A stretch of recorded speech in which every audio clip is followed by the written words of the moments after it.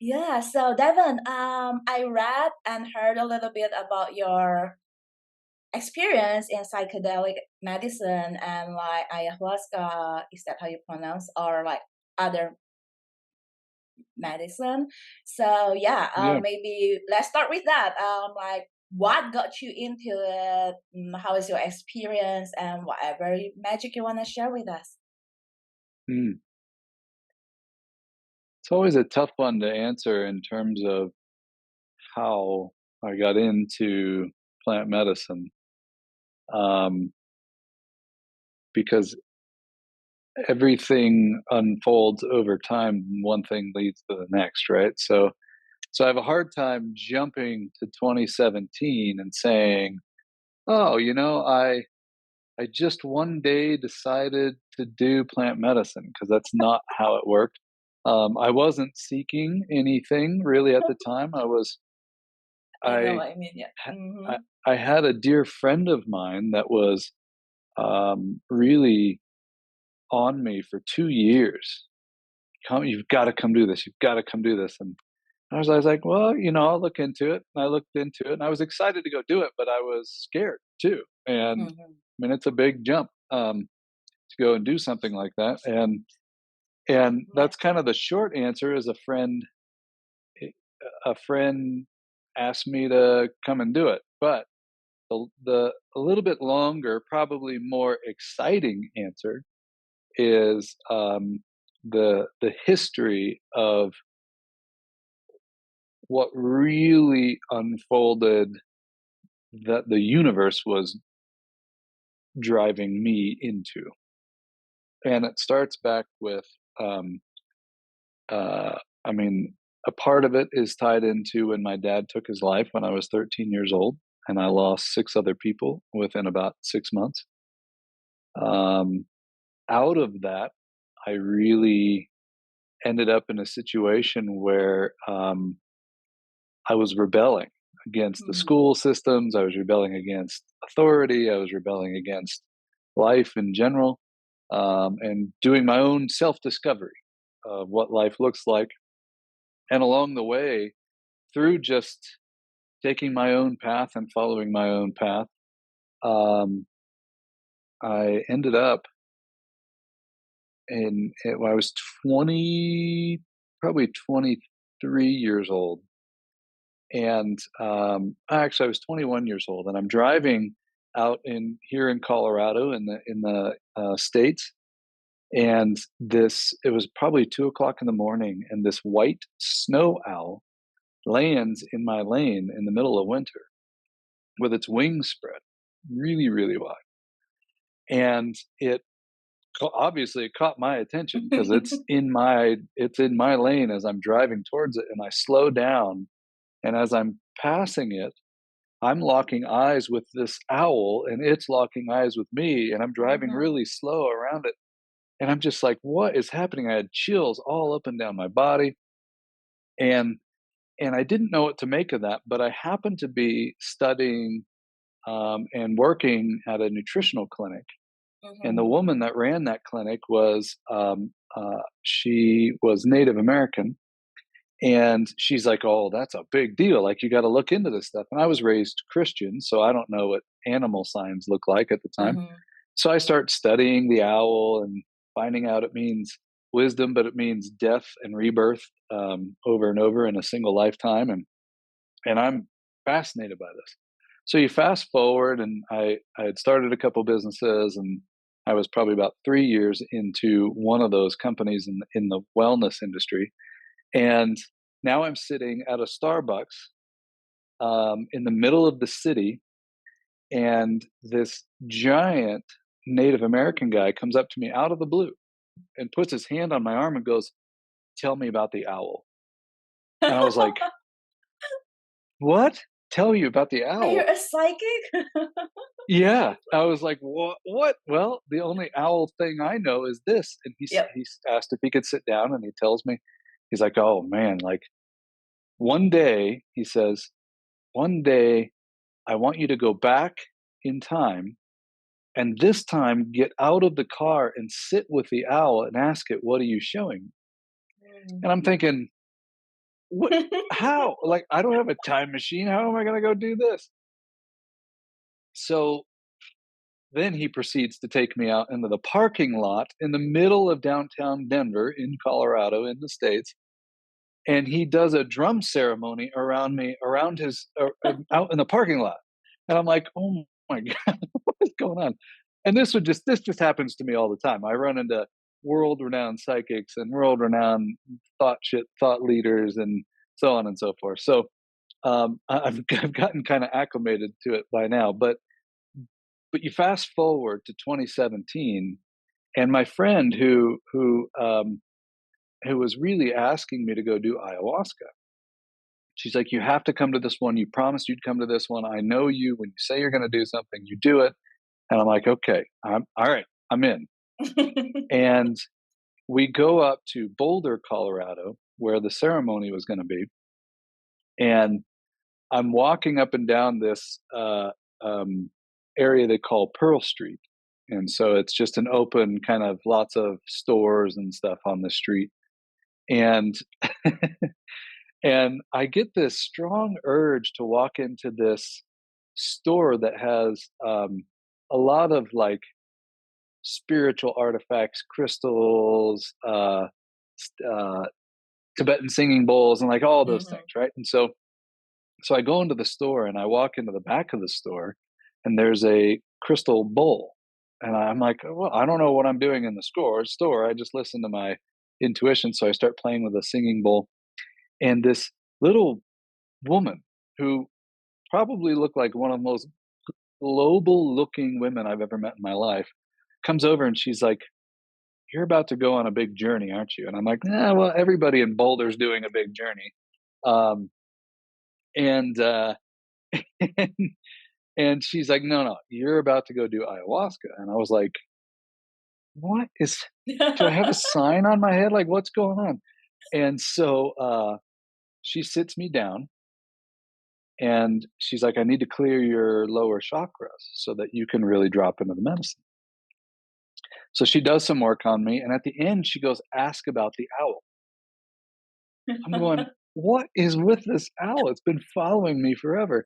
So You I can get to run, but you this. can't hide. You can't hide, and I get to. So I walk out the front door of this store, and immediately there's a guy walking by with this massive owl on his t-shirt. We go up into the foothills because we're hours early. We're way up. We're up there way too early. Um, and we go find this little spot in this little nook on this rock to go do some meditation.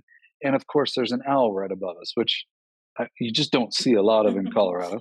Um, and then we get to the ceremony, and my friend who invited me was there really early, and she laid out mats for everybody to lay on.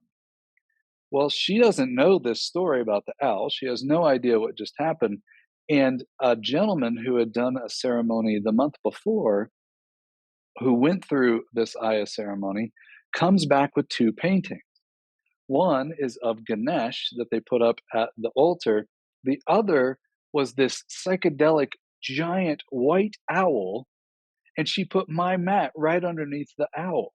Mhm. And I'm going, "Oh my gosh, what is going on here?" And so I knew that a part of my intention was asking about the owl, and it was about death and rebirth. It also took me on this massive journey back in time, showing me how connected we are to all of it through all time, through all space. I sat right next to John Lennon, and while he was writing one of his songs, wishing I wrote that song, and grandmother, as we referenced the medicine, was like, "You did," and then we went to the pyramids. I'm like, "Man, I wish I could build something like that." I was like, "You did," and kind of took me through this journey of how we have traveled through time and space, and we are souls that have had many many lifetimes in Mhm. lots of different ways. And then I blasted off uh, into other dimensions and other places, and those are harder to talk about because they're not materialized Yep. words, but the vibration of me completely changed. So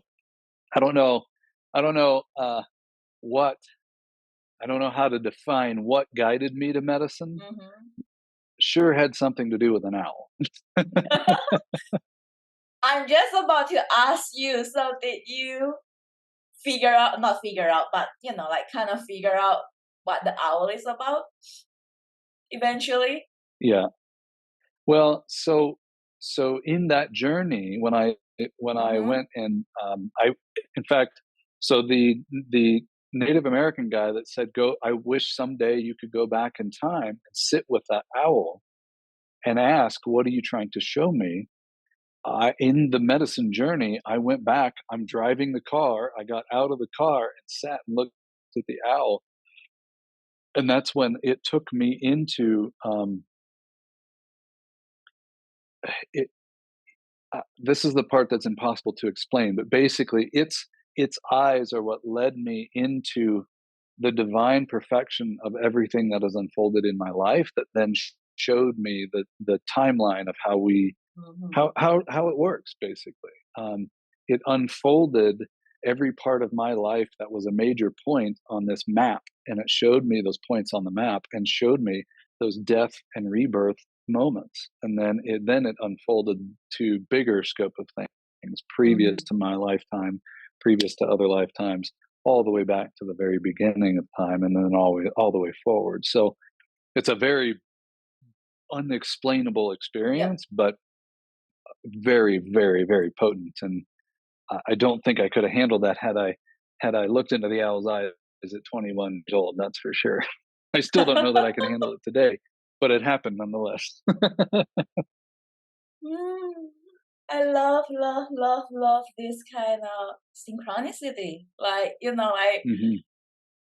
the amount, like, I always share this with people, like, like, as I say, you can run, but you cannot hide. And Hmm. every time when I was saying whether, you want to call it the angels, the spirit animal, your spirit guide, whatever name we human give it to it, right? But um, one thing for sure is that they will grab your attention until you can't hide, like, because that kind of like our moment happened to me many many times, and that's how I Yeah, know, like, yeah, they will always grab your attention, yeah, and they are very very creative, and they get weirder and weirder the longer you ignore it because it has it's to get true. louder and louder. So it was just beautiful when you were saying, that moment when you were in the car, and then like, a Native American guy coming to you out of nowhere, like, then another lady coming to you. It's amazing to watch how our guides manifest in human Hmm. form and owl form, Hmm. whatever form, to bring you right where you needed to be. I love that. Yep. And Yeah, it's so true. yeah. So that will have been like your first Aya that you were talking about, right?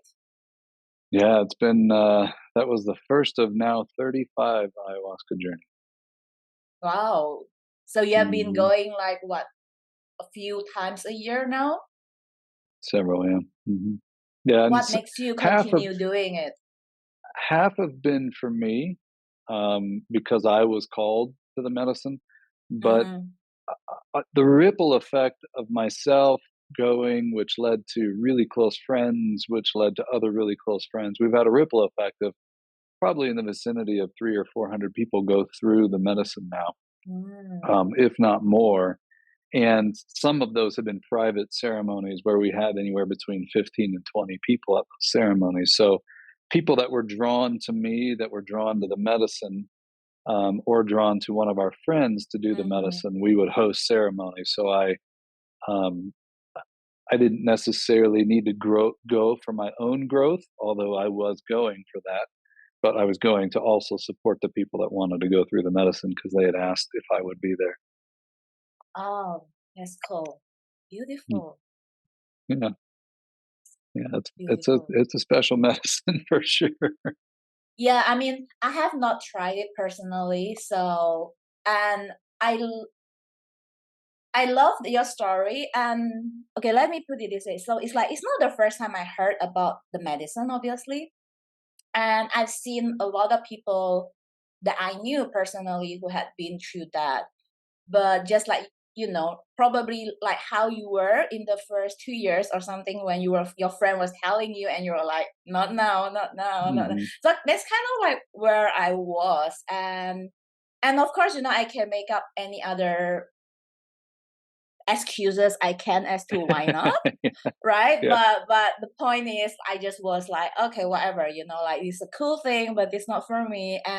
Yeah. And and the funny thing is, like when I found you on Inside Timer, you were not talking about Aya, obviously. You were talking about something else. But because I was drawn to your energy and just the presence and the stillness and the depth of, like, I could feel your soul. And I think that Mm. is what I can't explain that feeling either. It is just kind of one of those, like, how do I put it? Yeah, I just could feel the depth of your soul. Let's just put it that way. Like I Mm. knew that this is not like a must. Like you're not teaching from the book or you're not sharing from what you heard, but I can feel it. Like I can feel this guy have been through it and he knew what he was Mm. talking about without knowing you have been to Aya.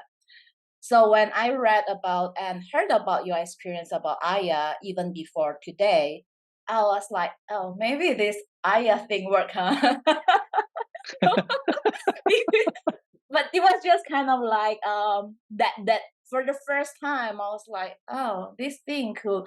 I think I just shift something about like what you shared during that timer that Mm. shifted my perspective about seeing Aya differently. Let's put it that way. Because Mm. I think I was under the impression that a lot of people are using Aya just to get high. Yeah. So I was like, then it doesn't make sense. Although I Mm. knew that it is a medicine, but I just probably have seen people who use it for different reason. And it's okay, there is no judgment on that. They need to go through whatever they need to go through. But I think Yeah. that kind of gave me that ickiness initially, you know? Yeah. And yeah, but now I'm kind of like seeing more like how it is like a grandmother to us and the medicine and the message it brings. So I don't know. I will see what the universe brings for me. But I didn't even Yeah. plan for this Aya conversation. I just knew I wanna have a chat for whatever reason. But Yeah. yeah, Yeah. I beautiful. definitely enjoy sharing it. I don't think it's meant for everybody. I do think you can get to these states of consciousness without it. Um, Exactly. Yeah. but but I also look at it's like I can hammer a nail into the wall using a shoe, but we also have hammers. Yep. So why not Yep. use the hammer?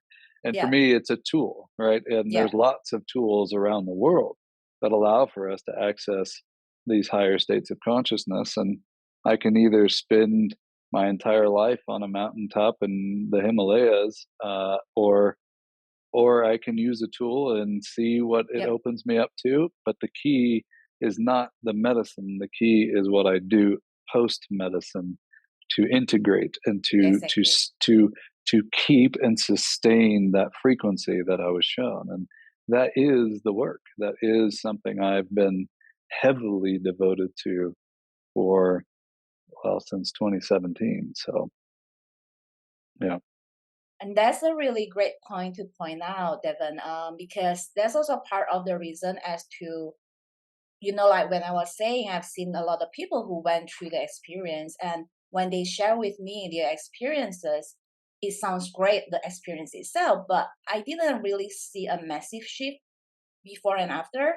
And hence, that's why I feel like, what's the point, something like yeah, that. I mean, with all due respect to them and all the love, it's just something that it's true. probably also an excuse I was making up, but it was just that post medicine integration is our day to day. And whether it is Aya or other medicine, and they are just tools. So it's up to us to choose whichever tool that Hmm. work for us. What I think what I wanted to share is just is so important for people to understand that it is not like we have free will, so we can choose whatever intention we want. There is no good or bad. We need what we need at the time, but just to be conscious that we are not doing it to spiritual bypass or to run away or to escape or to Yeah. get high in this case, right? Whether it's aya or breath work, because I've just seen people who go on what I call like spiritual shopping. So they are just like Yeah. shopping for all the experiences, but they are actually not really wanting to do the work. And I Yeah. can say for that because I've been there, done that. Yeah. So I knew how that was like. So that's why I just want to bring the consciousness and awareness to those who are listening that, you can do whatever you want, but just bring back to your original intention. Yeah. I feel there is a lack of integration with the Mm, medicine, and I also feel there's a the medicine itself is a powerful healing tool. This is merely my perspective. It doesn't mean it's right or wrong, although I think that the common message from most of the shaman that I've worked with mhm, is they wish this as well, which is there seems to be an addiction to healing instead of the work to see that you're not broken and mm, that you've been healed, right? And we will go in to the medicine, will get some massive message, and the very next morning they tell the story of what broke them. They give us the message of what was given to them through the medicine that led to potential healing, but then they reattach all of their emotion to the story in their past. And so they leave basically in the frequency of the broken story instead of the story of actually being healed. And we perpetuate this through our storytelling, right? Even when people mhm, go off to tell how the medicine worked with them, they have a tendency to talk about their past experience that they need to heal from instead of where they're going. And so it creates this cycle of people becoming dependent on the medicine in order to heal. And so it's not just integration, it's the way we're setting the context of doing the medicine in the first place. And I think it's it's helping people no matter what, because it is like um 10 years of therapy in a night, which is mhm, great. You got mhm, to be getting something out of that. But I think we could be taking great leaps and bounds if people would be um, devoted to their integration, no matter what they choose, no matter what modality, meditation or therapy or whatever it is, to continuing to release the old energies, stuck energies, and move into their greatness. But also I personally come from the belief system that we need to start seeing ourselves as whole instead of broken, 100%.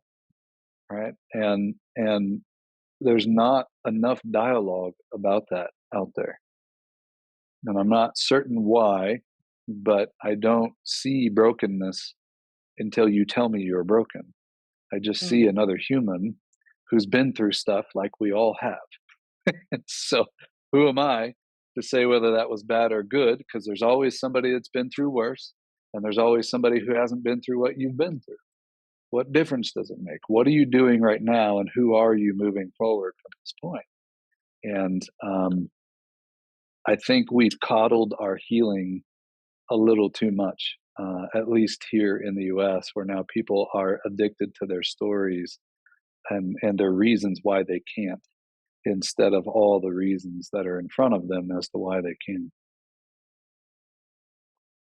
and I love when you talk about addiction because the most common one that I've heard a lot is like, oh, that's my mother's story and that's my father's story, and they say stick with that for like forever. It's like, yeah, I get that. This is also like I think this is kind of like the tricky part in the sense that it is that discernment, to have the power to discern between, are we holding on to the past and retelling the same story again and again, or are we actually going through to heal it? You get what I mean?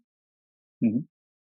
Stories Like, are powerful, yeah, like and it's and important to are acknowledge it and get it so that we don't bypass it, but there isn't a need to attach or addicted to it. I think that was what you were saying earlier, right? Yeah. I am, and just like with the questions that you're talking about, Mm-hmm. on Insight Timer, I I I'm very sensitive to frequencies, Mm-hmm. and so I'm hyper aware to frequencies, and we talk a lot in the spiritual community in particular, and also in the quantum physics and world of quantum studies, how things are energy and waves and frequencies, all things. But when it comes to healing, we still kind of get stuck in matter and story. And I look at healing through my own healing from my own stuff. I look at what actually moved me through and into a state of surrender as well as moving forward, which everything in the universe is moving forward, everything in creation is moving forward, with the exception of our mind. And a good analogy here is when I moved down to Playa Venal, Panama, and I was with my partner Monica down there. We were we were taking yoga classes, and I love yoga, but I hadn't really ever done yin yoga. And the long, long 5, 10, 15 minute stretching per pose, right? And deep, deep, deep releasing Mm-hmm. in order to stay into that pose. And week one went by, week two went by, week three went by, and all of a sudden week four goes by, and Monica's triggered. Like she's now bawling her eyes out, crying because she released something that was stuck, that needed that attention in her body where energy had been stored. And I was like, wow, that's powerful. So it encouraged us even more. And we go back and we're doing more yin and more yin. And by about week 8 or so, maybe longer, maybe week 10, I'm sitting there and I feel this release in my body of energy. And all of a sudden, I have this overwhelming joy shooting through my body. And I just was laughing. I just couldn't help myself but laugh. And I was like, wait a minute, that's that was in my hips. Joy was trapped in my hips, just like her sadness was trapped in her hips. And I realized at that moment, it's our story is irrelevant. What gets trapped isn't the memory of the story. What gets trapped is the energy, that is associated to that particular moment in time, Mm. as to whatever trapped that energy. So something happened to me to where I felt like I could not express joy, and that happened multiple times, and so my body trapped joy in its body, in my cells. And it wasn't until I really got into some deep work that that energy was finally able to get released. Same with Monica.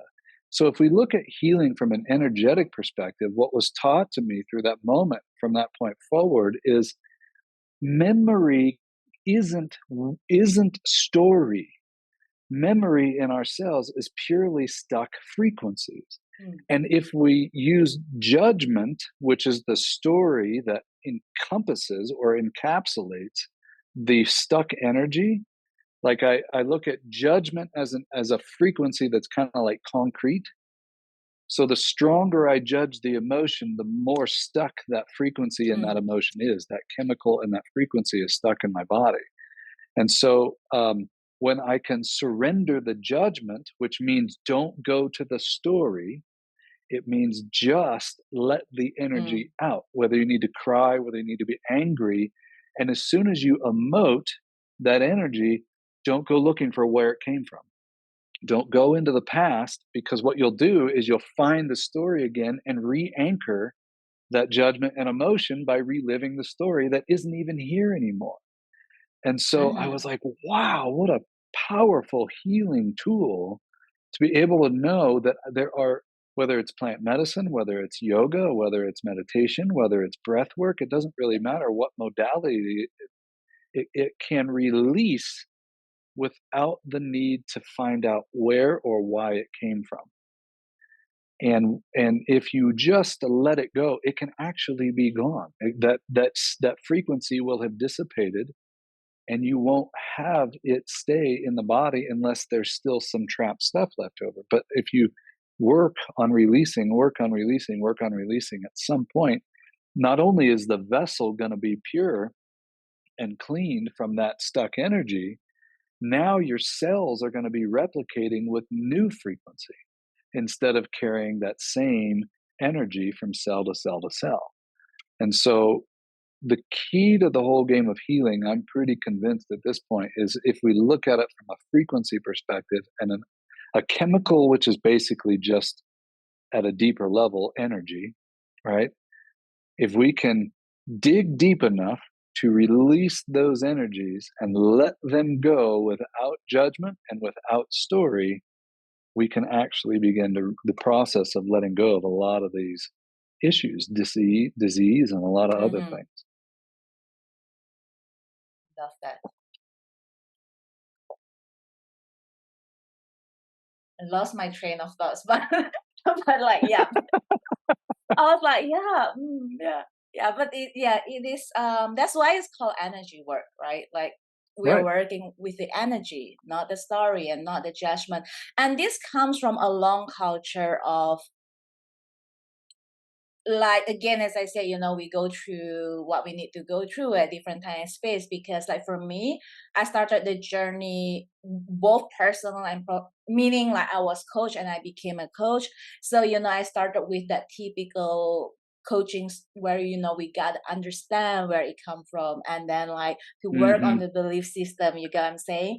And Right. then I move on from, I still do some of that but not like my main thing. But I can't move on from that to more on working with the energy, because it's exactly everything Mhm. you say. At the end, it is the energy.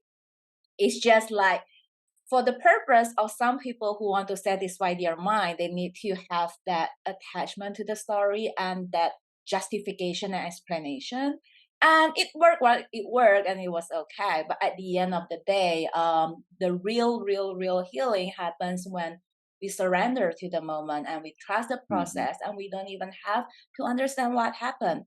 A lot of my like like aha moment or healing moment, whatever you want to call it, happened just like that. Like, oh, Yeah. like it shifted. Like what happened? I have no idea. But Yeah. that is when it is really on a deep cellular level, right? Yeah. And I really, So really love your perspective on releasing joy from your hip, because that's the first time I heard. Because like most of the time, again, like this is another thing that I talk about a lot, is like this spiritual drama. Like yeah. this, we like people Yep. just dramatize it, and I'm like, chill, dude, chill. Like it is just experience. Yeah. Like I mean, I knew it's tough. I knew it's not necessarily easy, but there is no need to like make a drama out of it. Yeah. But so where was I? Yeah, so like a lot of the time when we talk about, and this is especially true in the divine feminine work, whatever that we want to call it, but we see it so much in Instagram and social media about releasing energy and the hip, like releasing hip, releasing emotion, but it is always associated with crying and crying and I crying, know. right? I've Yeah. never heard someone who told me that they laugh after doing that pose, and I'm like, oh, that is cool. And your perspective on how joy is being trapped, that is so true. Rather than, again, focusing on, it's not always like the sadness that is being trapped, but it's the polar opposite of the joy that is also being trapped. It's Mhm. like same side of the different coin. So That's really, It is. no, different side of the same coin, but like, yeah, Yeah, other side of the same coin. yeah. It's interesting because, you know, without looking for the story, I thought, why would I trap joy? And it kind of led me down this whole download and the human nature, where I associate it to like walking through a park. And if you saw somebody crying on a bench and your empathy kicks in, you want to go hug that person, you want to coddle that person in their pain. But you see somebody standing in the park laughing out loud at themselves and just joyfully skipping around, you judge that person, right? You don't look at them. Most people, I'm not Is saying that that you person do high or specifically. something? It's like, Exactly. That's right. We think, oh, that's a lunatic. But the person crying is somebody that I need to coddle, right? Why are we not uh, going out and not only hugging the person who's expressing joy, but moving into joy with them, right? mm, We're really good at sitting next to our friend who's in tears and holding them and crying with them. But when somebody else is just in bliss and their life is perfect and their life is great, we're like, ugh, ooh, I don't want that. It's weird. It's a weird it is. judgment when somebody is in joy and actually enjoying life. And I think that that needs to change. I think we need to do more coddling of the greatness in life and love on people who are experiencing great things.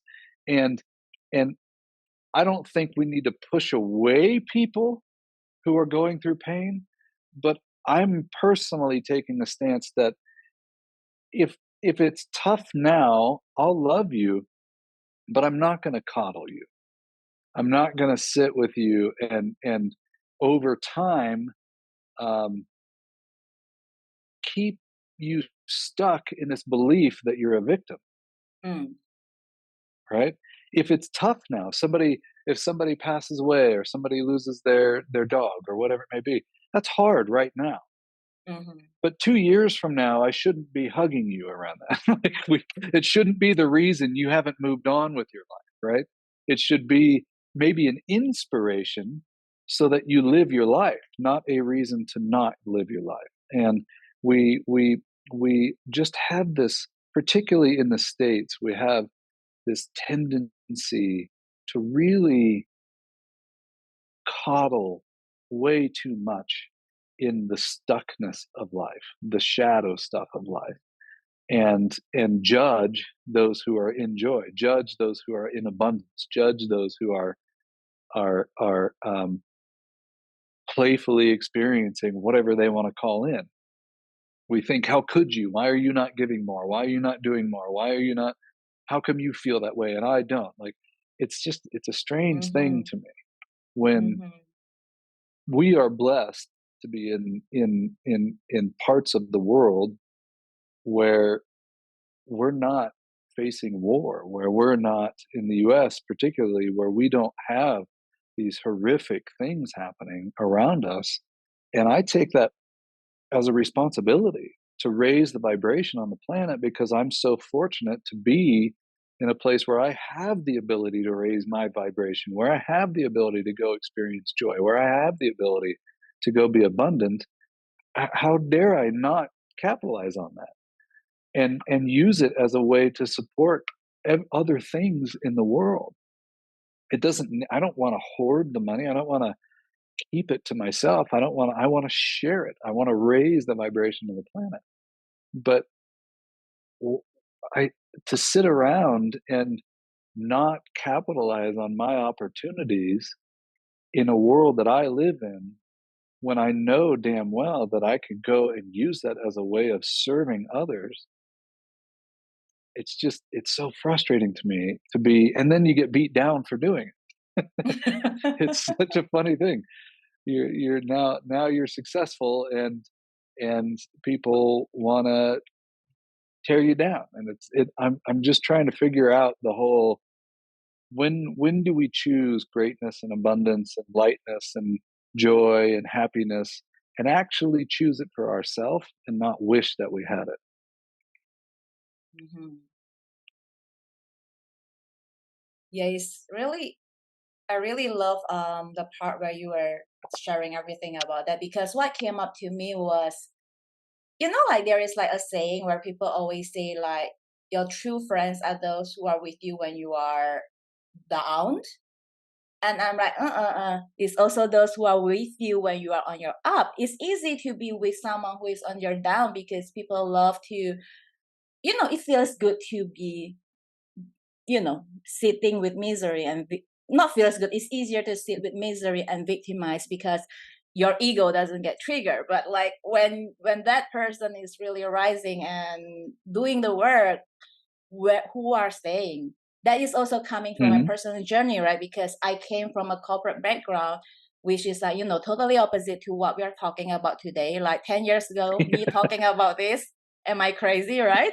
And naturally, like when I did that progress, I could literally count how many people stayed at the end because Yeah. it was just, anything from yeah, just anything from like asking, oh, are you sure like this will make money, or are you sure this is making sense, or is this like even the evil work, right, from a Christian point of view, right, or Yeah. whatever. So anyway, those who stayed on are who stayed on, and that's what I meant, like it's when you are rising up who are still with you. Hmm. And you are so right about us having that capital, but whether we choose to raise our vibration or not, and that there are many ways to look at things, and we can choose to be a victim or we can choose to Hmm. triumph over it, right, and triumph over it and like do something different about it. It's really beautiful. Yeah. Yeah. And and I and think you also can be, like we are also so afraid to feel good. I think that was what's happening too, yeah, it's true. which is why it's Yeah. hard to celebrate goodness and greatness and laughter. Yeah. Yeah. It's an interesting one for sure. I'm I'm fascinated too by, how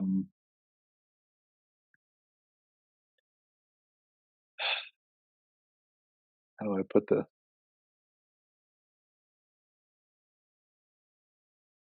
There is a truth to selfishness. And when we talk about choosing oneself and loving oneself, you and I aren't talking about selfishness.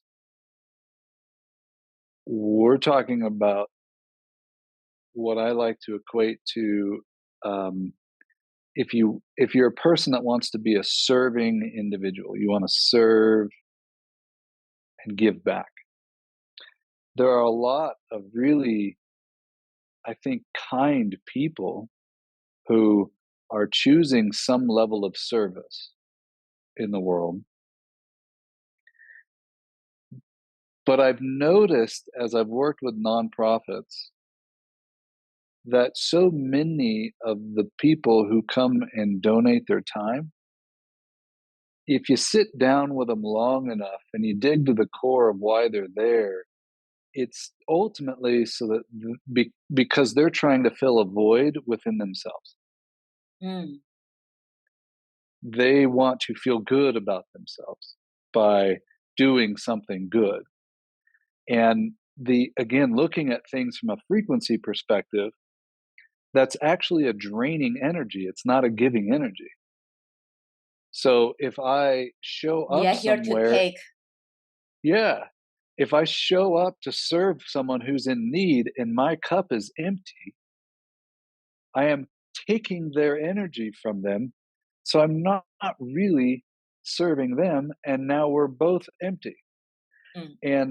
And so the type of self reflection, self love, fulfillment, expression of joy, choosing to discover the good things in life, the happiness, the things that make you happy, choosing what we've deemed in our community on Insight Timer micro wanting versus micro suffering. These micro decisions where I just want to be a little more comfortable. So I'm going to put a blanket around me. And those little simple things that are wants instead of little sufferings, we have micro fulfillment. And we can, through that process of filling ourselves up in these micro moments over and over and over again, Mm. all of a sudden I am in a state of sometimes euphoria, sometimes just happiness, sometimes joy. I'm seeing with new lenses, and my cup is full. So then, when I go serve someone, I'm actually able to fully give to them energetically as well as through abundance and any other way that I need to serve. And I'm not um, a, an energy vampire. I'm not trying to get fulfillment from this level of service, right? And so I do think that we have a lot of that in the world as well, even if it's not in a charitable concept, but friend to friend, right? Oh, I'll go give to my friend because it makes me feel good. Because when I give to my friend when she's down or he's down, then I feel better about myself. But then we both just end up in that misery keeps We end company up with two state, empty right? cups. Exactly, just draining each other even more. And nobody's devoted to the fulfillment of their life. I shouldn't say nobody is, but I mean in Mm. that scenario, no one is, right? Um, and it isn't until you're choosing to pause life, go slow to go fast, meaning slow down to bring a level of awareness to those micro suffering moments, to those empty moments.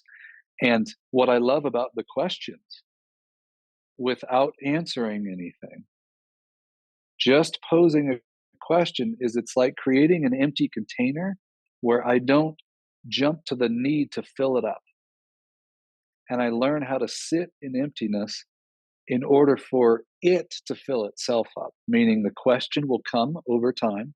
And if I allow myself to bring awareness to what is emptying me, what is draining me, what is not serving me, and I sit in that for a little while, then ultimately the energy will automatically change itself. It will begin if I just bring awareness and pause without reacting, without needing to answer. Ultimately, the energies will start to shift.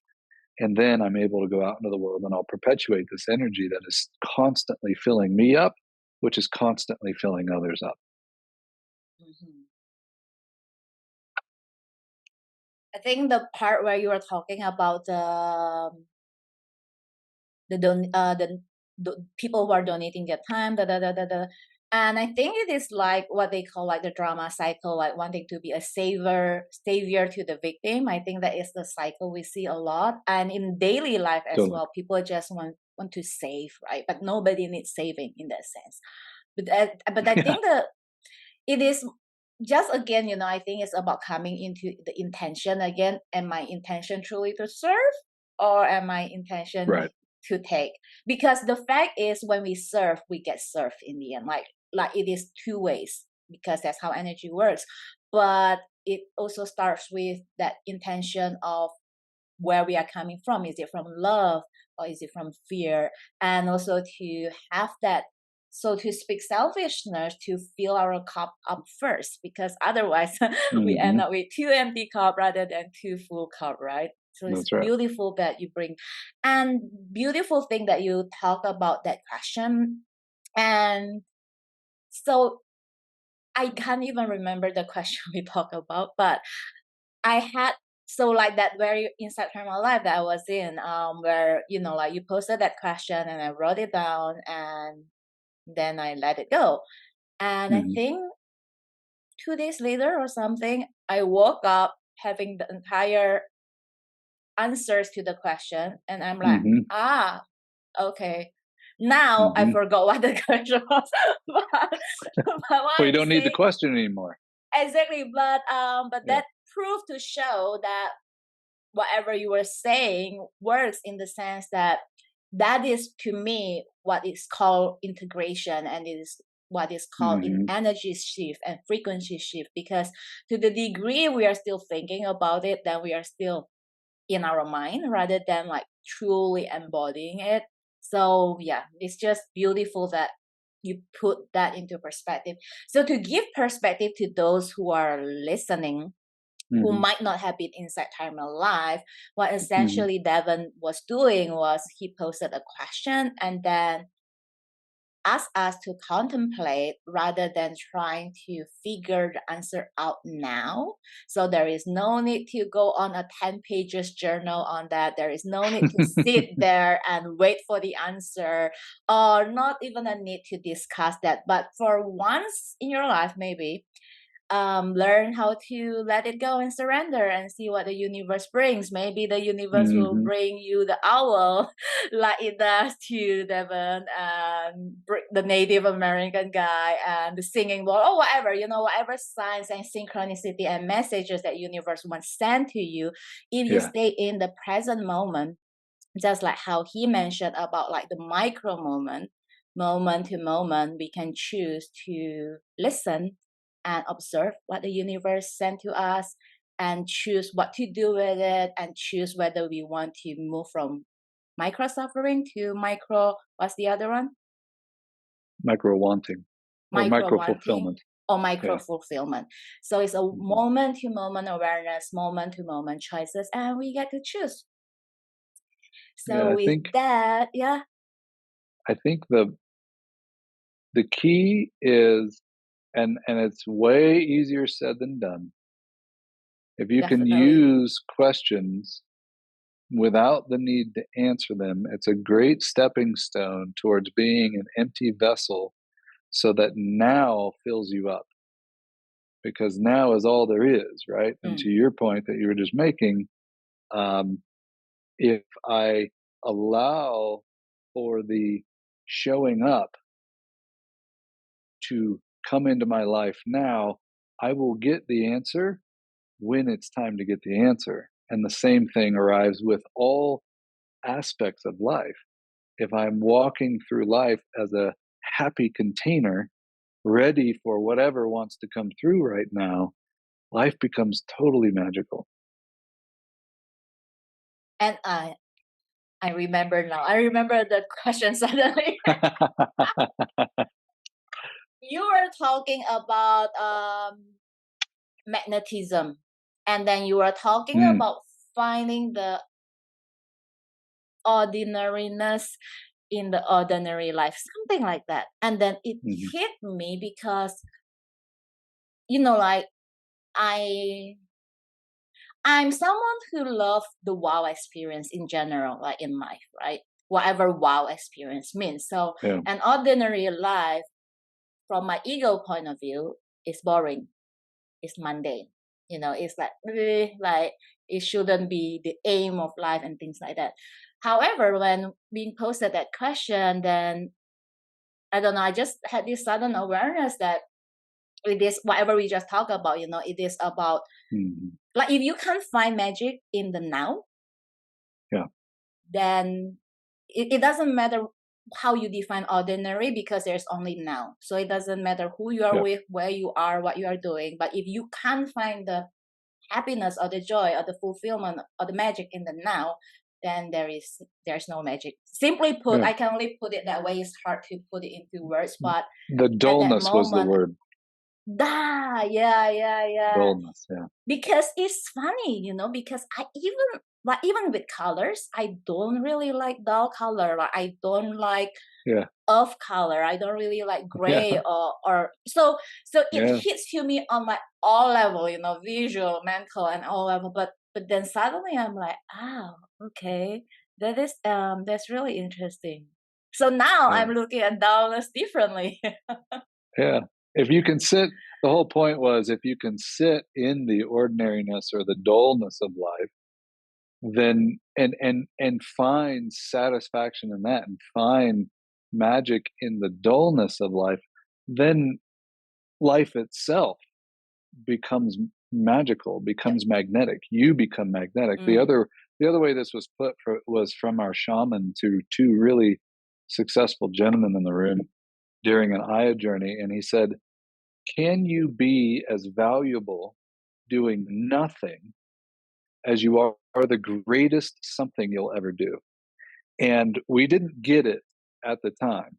But Mhm. over time, sitting in that question, realizing being alive is the most valuable thing I could be.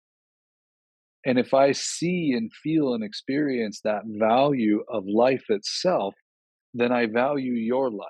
And then when I value my life and your life and life itself, then I actually step into being as valuable as I want to be. I can choose all of the abundance that I want. But if I'm pursuing value, thinking that I need that value in order to fill myself Mm. up, Mhm. then I'm constantly again pursuing that emptiness. It's coming back to what you were talking about, that we are already healed, we are already whole, already That's complete, right. already free, and already worthy and valuable. That's right. So as we come to start to wrap up this conversation, maybe we will, how about like we leave our listeners with one contemplative question that you might have for them so they can practice what we talk about today to let it go and let the answer come. Mm.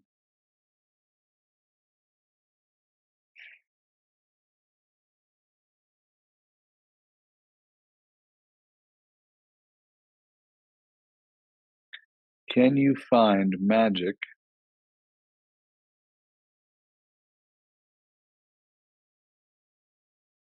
in the dullest moments?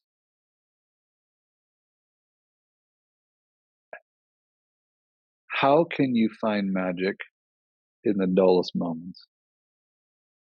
Beautiful. So let that question sit in and let the answer come or not come, whatever. Like just let it go. Now, thank you so much, Devon, for being here, for being present, for sharing your magic with us. Do you have any last thing you want to share, if any? No, I'm super grateful for you. Thank you for having me here, and I look forward to getting to know you better. Thank you. Oh, one last thing. Yeah. Where can we find more information about you? So, Insight Timer is one of them, and I guess it will be your Yeah, you can go to website. Insight Timer, and I just changed my brand. Don't judge Okay. it because I'm testing it in the world. Um, Meaning, I have my companies on the side, but I have all my marketing people and everybody working on those things. These are this side life of mine. My spiritual life is integrated in everything I do, but putting myself out to the world, I build the sites and play around to see what's working and what's not working over there. And my site just changed over to enjoylifenow.com. So it's in as in joy life now.com. Enjoylifenow.com. Awesome. And yeah, you can find me there, reach out anytime. I love meeting people from all around the world, and come join us on Insight Timer and all those fun things. So yeah, thanks for asking. Awesome. All right. Once again, thank you. It's been amazing. And yeah, take care, and I'll see you around.